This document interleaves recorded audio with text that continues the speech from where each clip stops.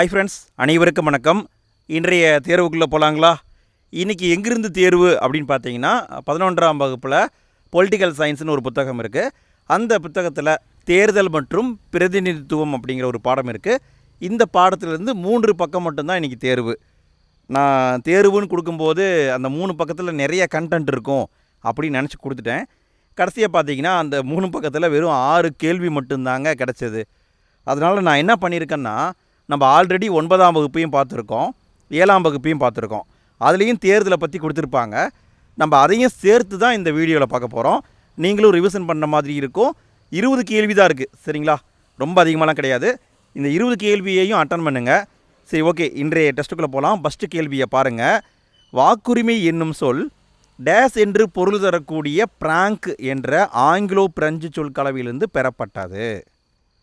வாக்குரிமை அப்படிங்கிற வார்த்தை இது பார்த்திங்கன்னா பிராங்க் அப்படிங்கிற சொல்லிருந்து எடுத்திருக்காங்க. இதனுடைய பொருள் என்னன்னு கேட்டிருக்காங்க. இதற்கான பதில் சுதந்திரம் என்பது சரி. சுதந்திரம் என்று பொருள் தரக்கூடிய பிராங்க் அப்படிங்கிற வார்த்தையிலிருந்து எடுக்கப்பட்டிருக்கு. அடுத்து 2வது கேள்வியை பாருங்கள். இந்திய அரசியலமைப்பின் எந்த பகுதி தேர்தல் ஆணையத்தை பற்றி குறிப்பிடுகிறது? இந்திய அரசியலமைப்புடைய எந்த பகுதி தேர்தல் ஆணையத்தை பற்றி குறிப்பிடுகிறது? 15வது பகுதிங்க. 15வது பகுதி தேர்தல் ஆணையத்தை பற்றி குறிப்பிடுகிறது. 15 ஞாபகம் வச்சுக்கோங்க. தேர்தல் அப்படின்னாவே 15வது பகுதி. அடுத்த கேள்வியை பாருங்கள். 3வது கேள்வி. நம் நாட்டின் தேர்தல் முறையை கூறும் சட்டப்பிரிவுகள் என்னென்ன? எங்கே ஆரம்பிக்குது, எங்கே முடியுதுன்னு கேட்டிருக்காங்க. சட்டப்பிரிவு 324 ஆரம்பிக்குது, 329 முடியுதுங்க. தேர்தல் அப்படின்னாவே அது 15வது பகுதியில் இருக்குது. 324வது பிரிவில் ஆரம்பிக்குது, 329வது பிரிவில் முடிகிறது. அடுத்து 4வது கேள்வியை பாருங்கள். தேர்தல் ஆணையம் அமைந்திட வழிவகை செய்யும் சட்டப்பிரிவு என்ன? தேர்தல் ஆணையம் அமைந்திட வழிவகை செய்யும் சட்டப்பிரிவு. ஸ்பெஷலி தேர்தல் ஆணையத்தை மட்டும்தான் இந்த பிரிவு குறிப்பிடுகிறது. 324வது பிரிவுங்க. தேர்தல் ஆணையம் அப்படின்னாவே 324வது பிரிவு. அடுத்து 5வது கேள்வியை பாருங்கள். மக்களவைக்கும் மாநில சட்டப்பேரவைக்கும் வயது வந்தோர் வாக்குரிமை அடிப்படையில் தேர்தல் நடத்த வேண்டும் என்று கூறும் சட்டப்பிரிவு என்ன? மக்களவைக்கும் மாநில சட்டப்பேரவைகளுக்கும் வயது வந்தோர் வாக்குரிமை அடிப்படையில் தேர்தல் நடத்த வேண்டும் இப்படி சொல்வது சட்டப்பிரிவு 326ங்க. 326. அடுத்து 6வது கேள்வியை பாருங்கள். தற்கால தேர்தல்களின் தோற்றம் ஐரோப்பாவில் எப்பொழுது உருவானது? தற்கால தேர்தல்களின் தோற்றம் ஐரோப்பாவில் எப்போ உருவானது? கிபி 17ஆம் நூற்றாண்டில் உருவானதுங்க. 17ஆம் நூற்றாண்டு. அடுத்து 7வது கேள்வியை பாருங்கள்.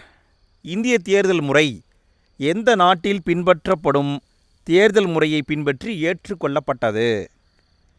இந்திய தேர்தல் முறை எந்த நாட்டு முறையை பின்பற்றி உருவாக்கப்பட்டதுன்னு கேட்டிருக்காங்க. இதற்கான பதில் இங்கிலாந்து நாட்டிலிருந்து எடுக்கப்பட்டது. இந்திய தேர்தல் முறைனாவே இங்கிலாந்திலிருந்து எடுத்திருக்கோம். அடுத்து 8வது கேள்வியை பாருங்கள். இந்திய தேர்தல் ஆணையம் ஒரு டேஸ்.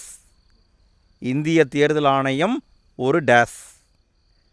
இதற்கான பதில் இது சட்டப்பூர்வ அமைப்பு தான், ஆனால் இது சுதந்திரமான அமைப்பு. இங்கே விடைனா சுதந்திரமான அமைப்பு என்பது தான் கரெக்டு. சுதந்திரமான அமைப்பு. அடுத்து 9வது கேள்வியை பாருங்கள். தேசிய வாக்காளர் தினம் என்று கொண்டாடப்படுகிறது? தேசிய வாக்காளர் தினம் என்று கொண்டாடப்படுகிறது ஜனவரி 25ங்க. ஜனவரி 25 தேசிய வாக்காளர் தினம். அடுத்து 10வது கேள்வியை பாருங்கள். நோட்டா என்பதன் விரிவாக்கம் என்ன? இது பார்த்தீங்கன்னா 9ஆம் வகுப்பு புத்தகத்தில் இருக்குங்க. நோட்டா என்பதன் விரிவாக்கம் என்ன? நோட்டா அப்படின்னா நன் ஆஃப் த எபோவ் அப்படின்னு அர்த்தம். None of the above. அடுத்து 11வது கேள்வியை பாருங்கள். இந்திய தேர்தல் நடத்தை விதிகள் சட்டம் இயற்றப்பட்ட ஆண்டு. இந்திய தேர்தல் நடத்தை விதிகள் சட்டம் இயற்றப்பட்ட ஆண்டு எது? 1961ங்க. 1961. அடுத்து 12வது கேள்வியை பாருங்கள். இந்திய தேர்தல் நடத்தை விதிகள் சட்டம் அதனுடைய எந்த பிரிவு நோட்டா பற்றி குறிப்பிடுகிறது? இந்திய தேர்தல் நடத்தை விதிகள் சட்டம், இந்த சட்டத்துடைய எந்த பிரிவு நோட்டா பற்றி குறிப்பிடுகிறது? 49 ஓங்க, 49 ஓ. அடுத்து 13வது கேள்வியை பாருங்கள். எந்த ஆண்டு நடைபெற்ற பொது தேர்தலில் நோட்டா முதல் முறையாக அறிமுகப்படுத்தப்பட்டது? எந்த ஆண்டு நடைபெற்ற பொது தேர்தலில் நோட்டாவை முதல் முறையாக அறிமுகப்படுத்தினாங்க? 2014வது தேர்தலுங்க, 2014. அடுத்து 14வது கேள்வியை பாருங்கள். நோட்டாவை அறிமுகப்படுத்திய எத்தனையாவது நாடு இந்தியாவாகும்? நோட்டாவை அறிமுகப்படுத்திய எத்தனையாவது நாடு இந்தியாங்க? இதற்கான பதிலும் 14 தான். 2014 அறிவித்தாங்க, 14வது நாடாக அறிவித்தாங்க. அடுத்து 15வது கேள்வியை பாருங்கள். விவிபேட் என்பதன் விரிவாக்கம் என்ன? விவிபேட் இதனுடைய விரிவாக்கம் என்ன? இதற்கான விடை voters verified paper audit trail. இதனுடைய சுருக்கம் தான் விவிபேட். 16வது கேள்வியை பாருங்கள். விவிபேட் அறிமுகம் செய்யப்பட்ட ஆண்டு. விவிபேட் இதை எப்போ அறிமுகப்படுத்தினாங்க? 2014 தேர்தலில் தான். நோட்டோவும் அப்போ தான் அறிமுகப்படுத்தப்பட்டிருக்கு, விவிபேடையும் அப்போ தான் அறிமுகப்படுத்தினாங்க. அடுத்து 17வது கேள்வியை பாருங்கள். இந்திய குடியரசுத் தலைவர் யாரால் தேர்ந்தெடுக்கப்படுகிறார்? இந்திய குடியரசுத் தலைவர் யாரால் தேர்ந்தெடுக்கப்படுகிறார்? இதற்கான பதில் தேர்தல் குழாம், இந்த அமைப்பின் மூலமாக தான் தேர்ந்தெடுக்கப்படுறாங்க. இதில் ஒரு முக்கியமான பாயிண்ட் என்னதுங்க? நியமன உறுப்பினர்கள் இவருடைய தேர்தலில் பங்கெடுக்க முடியாது. சரி, இங்கே நான் ஒரு கேள்வியை கேட்குறேன், பதில் சொல்லுங்கள் பார்க்கலாம். குடியரசுத் தலைவராக ஒரு கேண்டிடேட்டு நிற்கிறாருன்னா அவருக்கு எத்தனை பேர் முன்மொழிய வேண்டும், எத்தனை பேர் வழிமொழிய வேண்டும்? நம்ம பார்த்துருக்கோம், ஞாபகம் இருக்கா? குடியரசுத் தலைவராக ஒருத்தர் கேண்டிடேட்டாக நிற்கிறாருன்னா அவருக்கு குறிப்பிட்ட உறுப்பினர்கள் முன்மொழிய வேண்டும், குறிப்பிட்ட உறுப்பினர்கள் வழிமொழிய வேண்டும். அது என்ன அப்படிங்கிறது மறக்காமல் கமெண்ட்டில் பதிவு பண்ணுங்கள், சரிங்களா? எத்தனை பேர் கரெக்டான ஆன்சர் போடுறீங்கன்னு பார்க்கலாம், எத்தனை பேர் மறக்காமல் ஞாபகம் வச்சுருக்கீங்கன்னு பார்க்கலாம். சரி, ஓகே. அடுத்து 18வது கேள்வியை பாருங்கள். ஒரு கட்சி அங்கீகரிக்கப்பட எத்தனை ஆண்டுகள் அரசியல் செயல்பாடுகளில் ஈடுபட்டிருக்க வேண்டும்? ஒரு கட்சியை அங்கீகரிக்க எத்தனை வருஷம் அரசியல் செயல்பாடில் அது ஈடுபட்டிருக்கணும்? 5 ஆண்டுகள்ங்க, 5 வருடம் அது அரசியலில் ஈடுபட்டிருக்க வேண்டும். அடுத்து 19வது கேள்வியை பாருங்கள்.